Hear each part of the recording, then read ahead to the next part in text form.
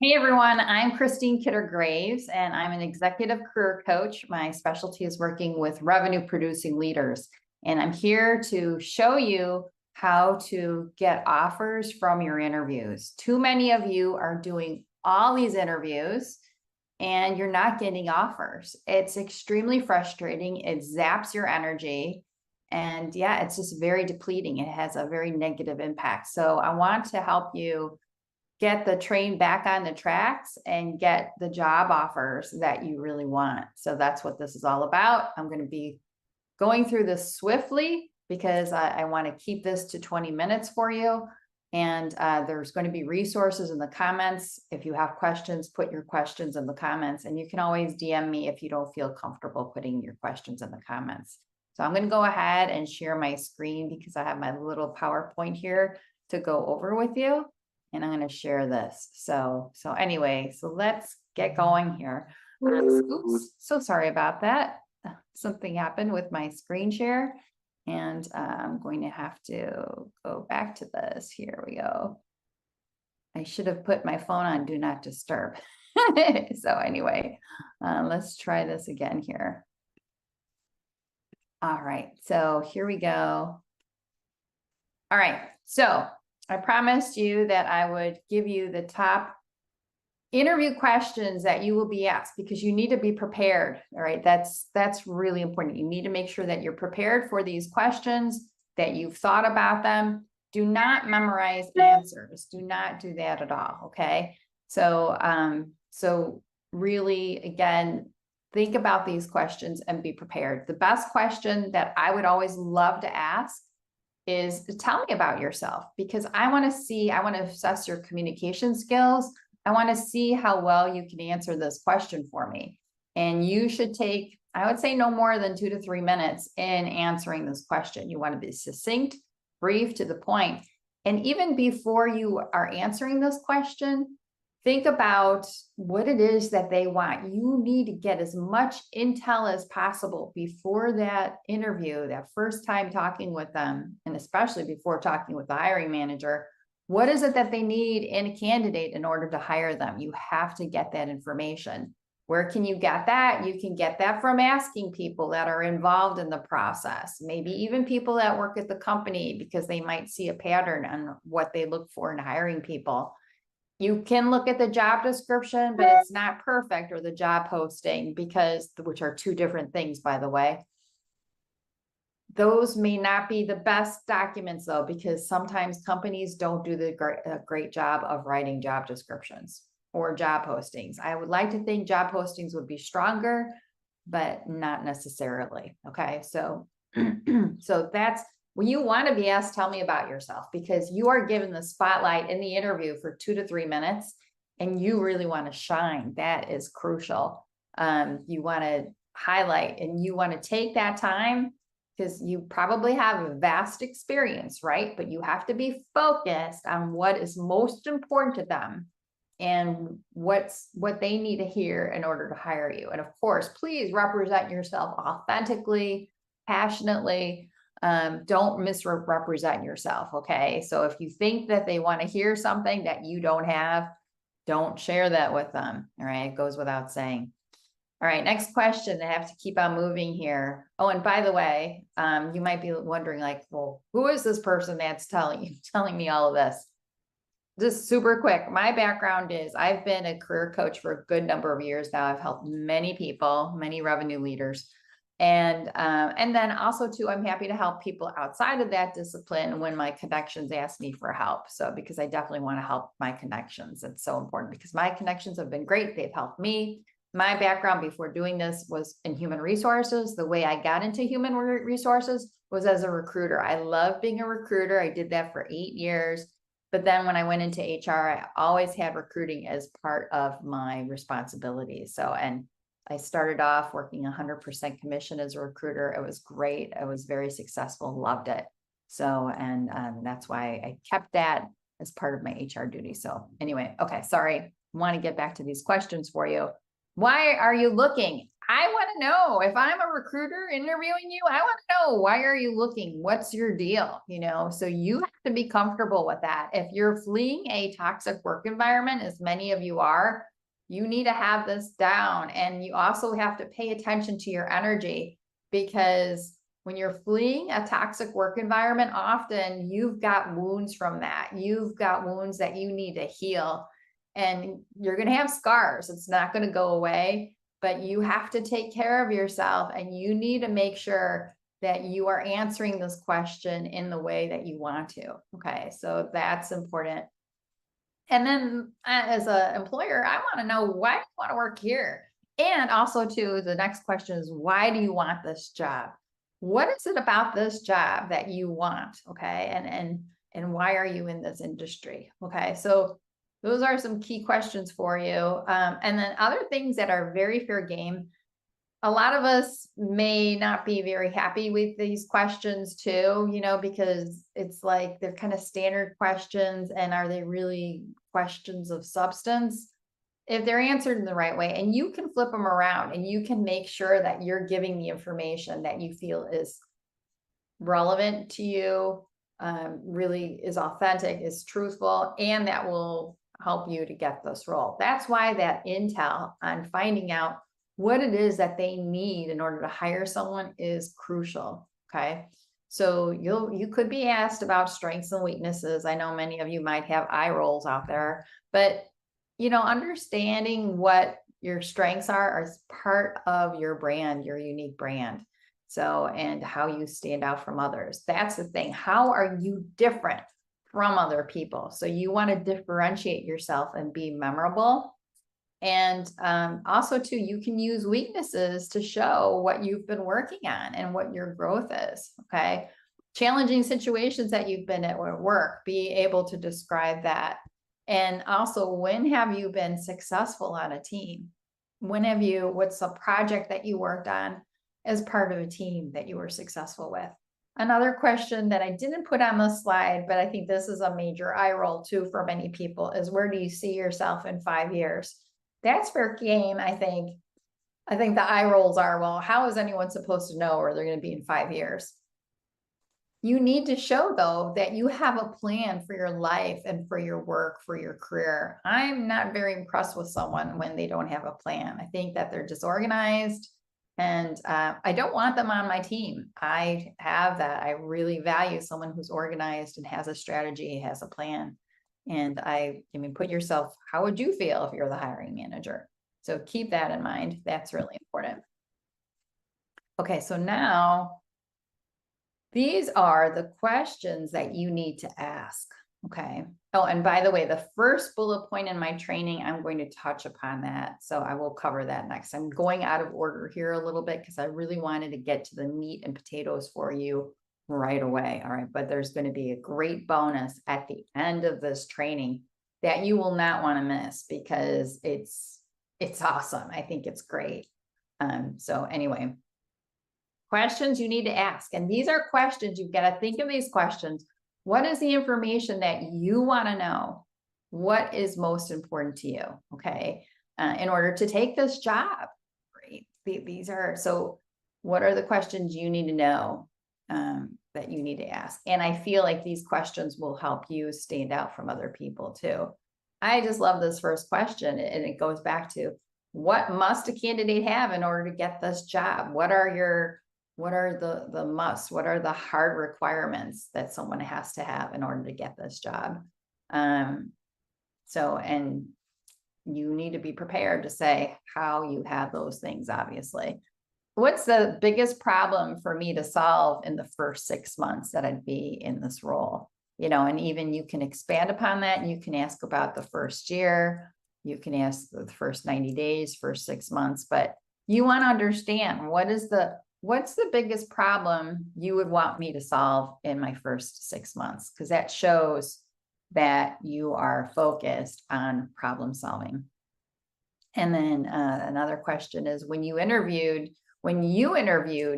Mr. or Miss Interviewer, what did you want to know before starting in this role? What would you, and another way to rephrase it is, what would you have liked to have known before starting in your role.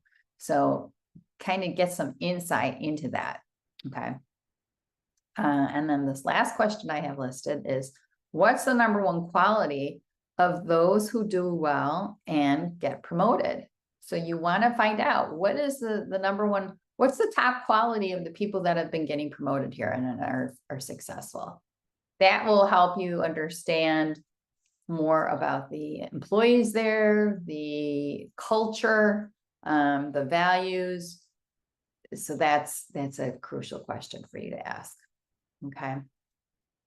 All right. So the first bullet point that I listed in this training and promoting it is, I want you to apply the 80-20 rule. Okay. And how many of you have heard of the 80-20 rule? And often it's referred to as the Pareto principle. Pareto, I believe, was an Italian mathematician who also liked gardening. And when he was gardening, I think he made the observation that that's how he came up with the 80-20 rule. And what it is that, and you think about, maybe think of a task that you do or that you've done, and apply the 80-20 rule, and think about what are, and you can say this in your job search. So I want you to apply this in your job search. What are the 20% of activities that yield 80% of my results? Okay. So what are those 20% of activities that yield 80% of my results? Okay. And out of that 20%, if you are an effective connector or networker, as many of you describe it, then that's going to be in that 20%. Okay. So those, I like to view that 20% as the high yield activities, the high yield actions. As many of you know, there's so many things in your job search that will waste your time. So that's the 80%, because there are like 80% of your activities that will only yield 20% of your results. So what's an example of something in that 80%? I think applying to online jobs, unless you're tweaking it, unless you're focused, like making sure you're one of the first people to apply for that job. And then you also reach out to a key decision maker regarding that job. That's important. That's how you change it. Okay. So I wanted to speak to that because I had that as part of this training. But yeah, the connections, and that's my next slide. For you first, you have to get interviews. So there are many of you that I'm talking to that are not getting interviews. You're getting ghosted, and you're not getting interviews. And then there are people who are getting a lot of interviews and then getting ghosted. All right. But in order to get the interviews that will take you to offer land, I really feel you have to connect. You have to tap into the hidden job market. You have to connect with people. Relying on job boards alone is not going to get you there. And I would say don't rely on job boards, because I feel it's a waste of time. And I wanted to share this quote. I just love this Brene Brown quote, because it just really is what connection is all about. And it's the energy that exists between people when they're seen, heard, and valued, when they can give and receive without judgment, and they derive sustenance and strength from the relationship. And the interview process would be so much stronger if we did this, if we valued it. So it starts with us. Let's all do our best to make the interview process stronger, healthier, functional, not dysfunctional. And let's really try to focus on this. Everyone, not just you candidates, of course. We need employers to do this, right? And hiring managers and recruiters, everyone who's in the process. Okay. Your network who's trying to help you, your connections. So, but really try to focus on this definition, because it really nails it. Remember, and I like to think of it, if you are an introvert and you hate networking, throw that word in the garbage. Okay. Just throw it out and replace it with connecting. I think connecting is a much better word and more attractive. So do whatever you can to embrace the connection work that you need to do. I feel like I'm a connection evangelist, because I really want you to tap into the hidden job market. And even though it wasn't the main focus of this training, the main focus is for you to get offers from your interviews. you can't forget this, because in order for you to get interviews, and also too, in order for you to get the offers, it's going to happen through connection, really connecting in those interviews. Okay. And then to get the interview, to get in there and to talk with people, to get information, you need to be an effective connector. So here's 2 of my worksheets to help you. This first one on the left will just help you get started with that connection habit that you need to have. And you can start with as little as 5 minutes a day. And what do I mean by that? Reaching out to a stranger once a day, all right? Do that. Or you can also reach out to one of your existing connections that you haven't talked with in ages, okay? So start with that, do that for 5 minutes a day, and then you can build up to 60 minutes a day. But when you do that, then put an X through the day, and then you'll do it. But if you can do that for 30 days, you're on your way. So actually, I think if you only do it for 21 days, you're great. Okay, and then here's the personal connection sheet to help you measure your connections. Really like that sheet when you're doing a job search to know, am I doing enough activity? You know, that you need to measure yourself. What we measure, we manage, and that's important. And don't forget about your LinkedIn profile, because that should reflect your brand. These are the essential elements of that. So when you're connecting, this helps you because people want to know, who is this person that's reaching out to me? You want to make sure that your LinkedIn profile represents your brand. If it's not, then you need to get that fixed immediately. Get it fixed immediately. That's so important. Here's my little diagram that I just wanted to share. This is my approach as being a career coach. And I have 3 steps to it: reflect, plan, and connect. So that's just my little, to help you get out of dissatisfaction to get to fulfilling work. And then if your profile, if you feel your brand is not reflected in your LinkedIn profile, you have to fix that as soon as possible. If you don't have opportunities finding you on LinkedIn, you're not coming up in searches. That needs to get fixed as soon as possible. So with that, you know, if we are connected, but we haven't made it to having a phone call yet, I'm happy to offer this to you. Okay. People do pay me to do this and I love doing it. But if we're connected, then let's do this because I want to help you. Okay. Or if you feel your job search strategy is not working or you don't have a strategy, then that's why the name of this is strategy / LinkedIn profile audit. Because sometimes the strategy is just missing or it's just really flawed. And I want to help you with that. So we're going to put that link in the comments too, to help you as well, because this is the best way I can help you outside of this training on a one-on-one basis. Okay. So now let me share the tip that I'm really excited about. And it's actually a tip that I read from Ben Muir. I follow him on LinkedIn. I really enjoy his content. I subscribe to his Sunday Systems email. Another coach had referred Ben Muir to me, and I just enjoy it so much. But this was a tip that he had in his email on Sunday, and I had to share it with you and I had seen that he had done this before, but I think it's great. It's regarding thank you notes. You want to be different. Okay. Again, you need to differentiate yourself and stand out and not do what everyone else is doing, right? So when you go to the interview, all right, or of course, I know a lot of interviews are in person. I mean, not in person, virtual, but if you have an in-person interview, okay, bring thank you notes with you. Okay. Bring a lot of thank you notes with you. And then once you leave, then fill out a handwritten thank you note to everyone that you met. Okay. Make it short, succinct, to the point.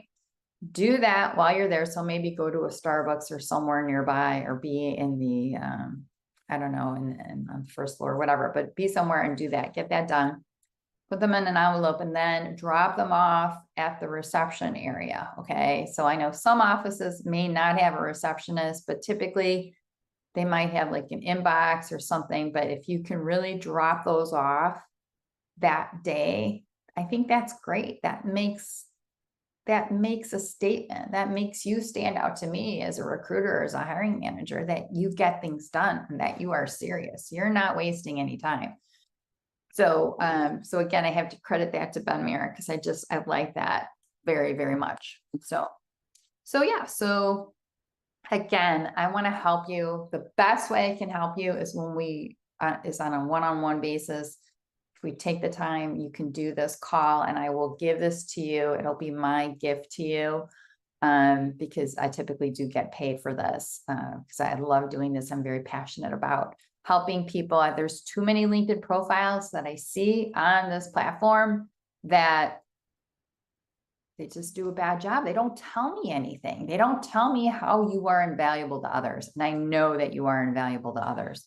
So with that, I'll wrap it up. Please put your questions in the comments or DM me directly, and have a wonderful day. Thanks for being here. And please share this. Please, please pay it forward. Help others. So many people need help right now. And it'll feel good if you share this training with your network, repost it, but please share it with others because there's a lot of people that need help in today's job market right now. Have a great day. Bye.